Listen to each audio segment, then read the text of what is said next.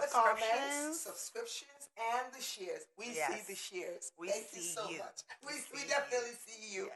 Yes. So, on today's episode, we're going to be talking about having, your domestic staff. This includes, nannies, babysitters. Your domestic staff actually having your children that they're supposed to be caring for, having those kids doing the chores that they were employed to assist with. I guess that's equally also will be equally talking about abuse. No, not abuse. Okay. But you know what? Yeah, That's an that's element abuse. of abuse. Yes, that's what I just thought about it right now. Depending on the age of the children, that they're supposed to be looking after. Correct. Yes. But, if we decide to look at the abuse aspect of it, this is going to be quite a long video. So let's see. Let's just see how it goes. So, on this one, right? So what really brought about this topic is, as you know, Chichi, I don't know if you know, but Chichi and I have been friends for a long time, right? And we're just kind of like reminiscing about how my kids are grown now and the challenges I used to face when they were much younger. So when they were much younger, because, I have a 9-to-5 job, right? And, I was the primary care provider and caregiver for my children. So in instances where I had to go to work or whatever, and my kids didn't have school, I needed someone, to watch them. So when they were much younger, I had living nannies that I had employed to just help me with my children, right? So, and we were reminiscing about it. And listen, it was a lot. I was very, very challenged when it came with nannies because a lot of things was just not aligning with so many of them till I finally found one that really worked, and then it was okay. So one of those, right? It was this lady, a young woman that I had employed, right? And well spoken, and everything started off. Yes, it started off good, right? Right, and from the beginning. That's how it starts. It starts. They make actually, you comfortable. right. So usually, my kids, at that point in time, they had they were in kindergarten, and I think Christian was in grade 1. Christian was about 6. Christian is my oldest, right? He was about 6 or going to 7, and then the other ones were about 5, and then 3, right? So I would usually, if I had work, went to work, and, maybe they don't have school or whatever, especially during the summer holidays, they were home, and then, of course, I had work. So, and part of, the chores that the nanny was supposed to, as part of her role, was to, do the laundry for the children and, tidy up their play area and all that stuff, right? So, but I would come home every day, laundry is done, play area is good, nothing was out of the ordinary. So one day, I come home and, and this nanny, she lived with me, right? And of course, on her weekends off, she would go home. So one day I came home, I was in my room, and then my oldest comes and says, "Mommy," he was whispering. I said, "Mommy, I want to tell you something." I'm like, "What is it?" And he goes, he started crying. And I'm like, "What is it?" He's like, "Auntie is very mean." I'm like, "What do you mean Auntie is very mean?" She's like, "Auntie is always yelling at us. She tells us that we're not doing the laundry very well. She tells us that we are not sweeping properly. She tells us." I'm like, hold up. Wait, what? Now, let me clarify something, right? There is a big difference when you're trying to train a child to do something than when you completely, the chores you're responsible for, that you're being paid to do, you now dump it on the child. And I'm like, "What?" He's like, "Yes, Auntie just comes, she'll wake up, she'll go and make herself breakfast and sit and be watching TV. And then she'll tell us, 'You go do the laundry. You start sweeping.'" Now, bear in mind, my youngest is 3 years old. And that's when it becomes an abuse. 3 years old. And you're being paid to care for these children. Right. Now, I have have a washing machine. Like, excuse you? All you had to do was put in their clothes in the laundry machine, and it will, in the washing machine, Right. and it will wash. And then from there, you transfer it to the dryer, and it will dry. If anything was to happen at that point, it would be Exactly. getting them together to fold the clothes, teach them how to Yes. fold the clothes. You are having a child operate a machine, Right. and you're watching TV. And my son goes, yes, she makes us do this thing. And then she goes and she makes us sweep up, mop, do all the... You're having my children handle chemicals? So I said, wait, what? And she's like, I said, oh no, I'm definitely going to go out. He was like, no, mommy, don't talk to her. Don't ask her about it, because she says that if we tell you, that they are going to be in trouble. Threats was involved.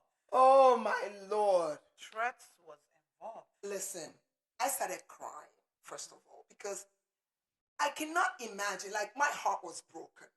Like, so, what, like, because if you threaten a child, you know, normally they won't say nothing.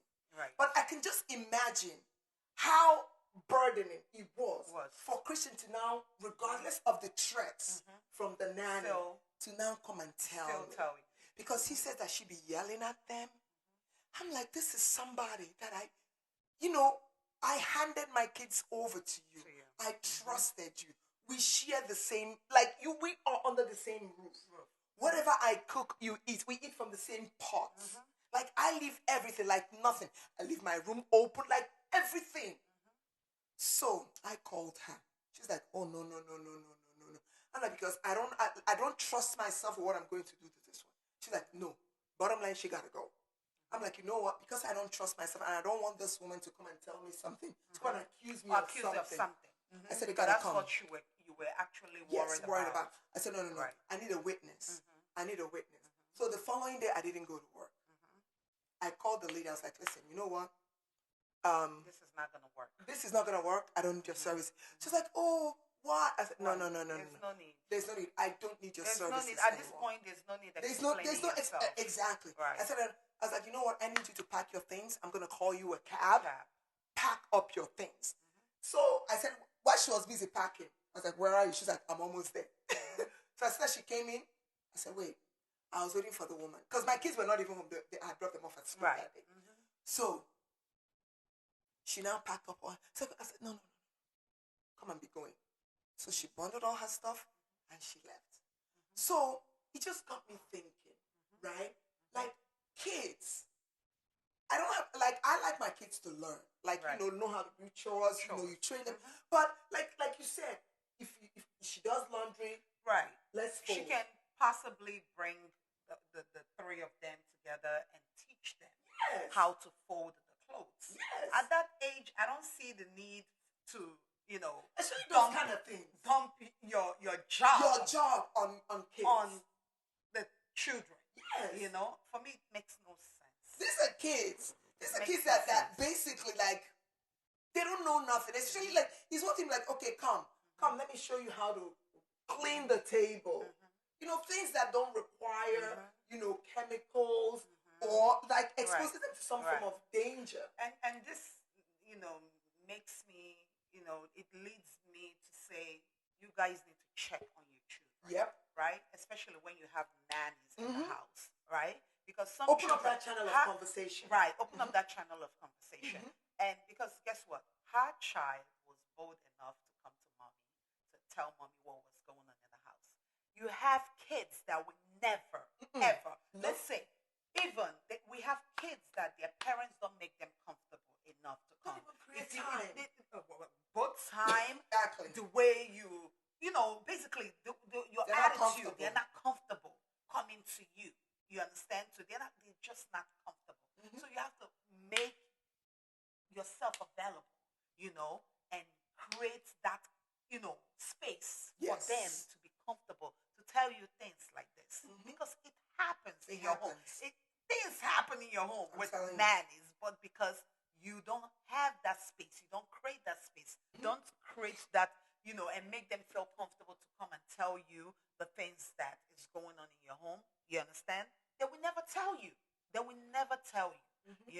It's because of she has made it comfortable for them to be able to tell her anything, you know. Even if you yourself, right, like if your kids are not comfortable, like you said in one of our other videos, right, let there be somebody close to the family that they talk to. Right. Because that's one thing, Right. like my kids, like you were part of, right, you were also like, you know, a second parent to them.